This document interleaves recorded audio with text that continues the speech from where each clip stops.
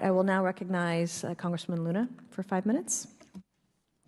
With 81,474 unaccompanied minors or single minors being encountered at the southern border this fiscal year and 193% spike in human trafficking during the 2021 fiscal year, we need to ensure that our Border Patrol agents have the technology and resources needed to secure our border, as well as address the human trafficking occurring.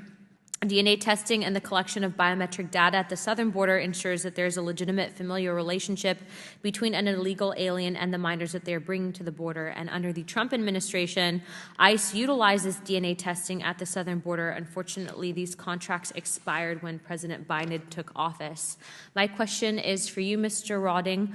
I recently joined a letter led by Representative Mills regarding the Biden administration's failure to renew the familial DNA testing by CBP at the U.S.-Mexico border.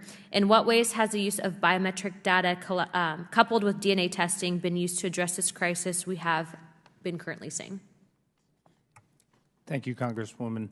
My expertise would be more in the biometric collection with facial recognition of what's being deployed right now. I wouldn't be able to speak educatedly to the DNA process there. I'd have to defer you to CBP.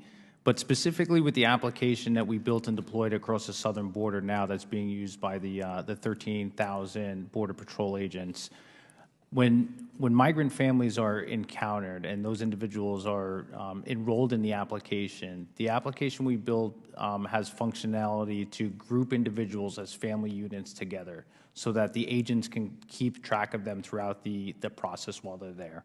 Then single adult males could be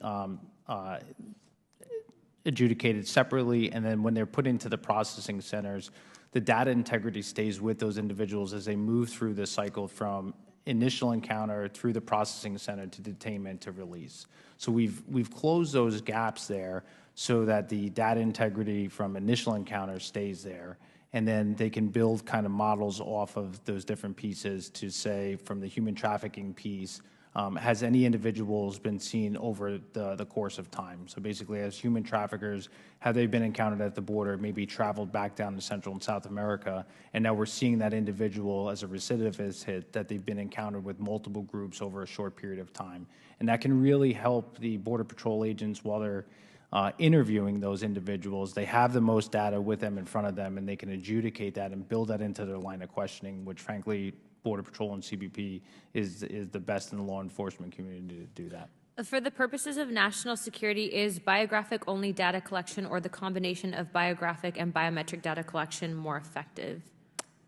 So I guess in that process. Thank you. Yeah, the combination of both is kind of paramount here, right? So there's derogatory information or information that's collected that law enforcement agencies would have collected maybe on just strictly biographic, name, date of birth, and other information related to that. But then the biometric collection piece is where you may have an unknown subject where you'd like to vet that against them.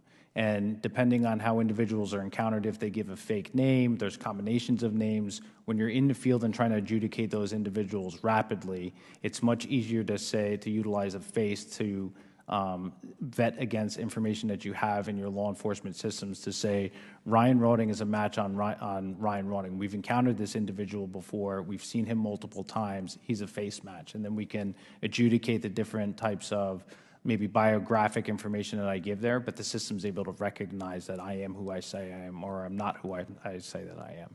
Perfect. Thank you, Chairwoman. I yield my time.